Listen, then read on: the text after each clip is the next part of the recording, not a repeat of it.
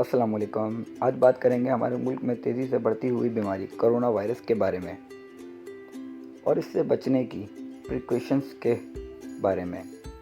हम इसकी प्रिकॉशंस अच्छी तरह से जानते हैं, लेकिन हम पता नहीं क्यों अमल नहीं कर रहे जैसे करना चाहिए।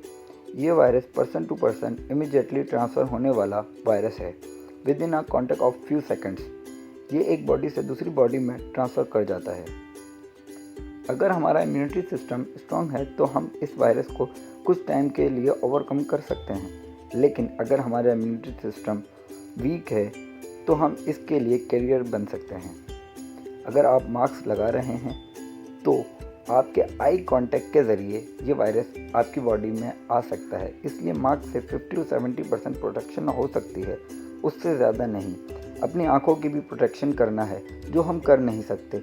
इसी तरह हमारी पाकिस्तानी अवाम घरों से बाहर घूम रही है और अगर अपने लिए नहीं तो दूसरों के लिए करियर ना बने और वायरस को फैलने में मदद दे रहे हैं।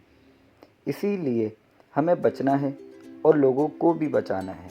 अब हुकूमत ने भी हमारी लॉकडाउन कर दिया है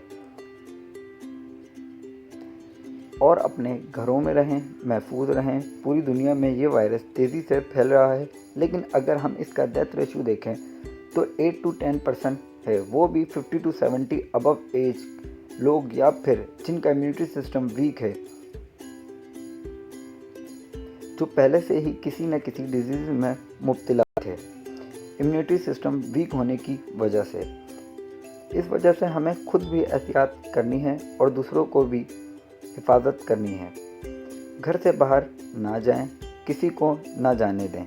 गवर्नमेंट की तरफ से दी गई प्रिकॉशन को स्ट्रिक्टली फॉलो करें और हमारे रसूल अल्लाह सल्लल्लाहु अलैहि वसल्लम ने इरशाद फरमाया, सेहत को नेमत जानो बीमारी से पहले।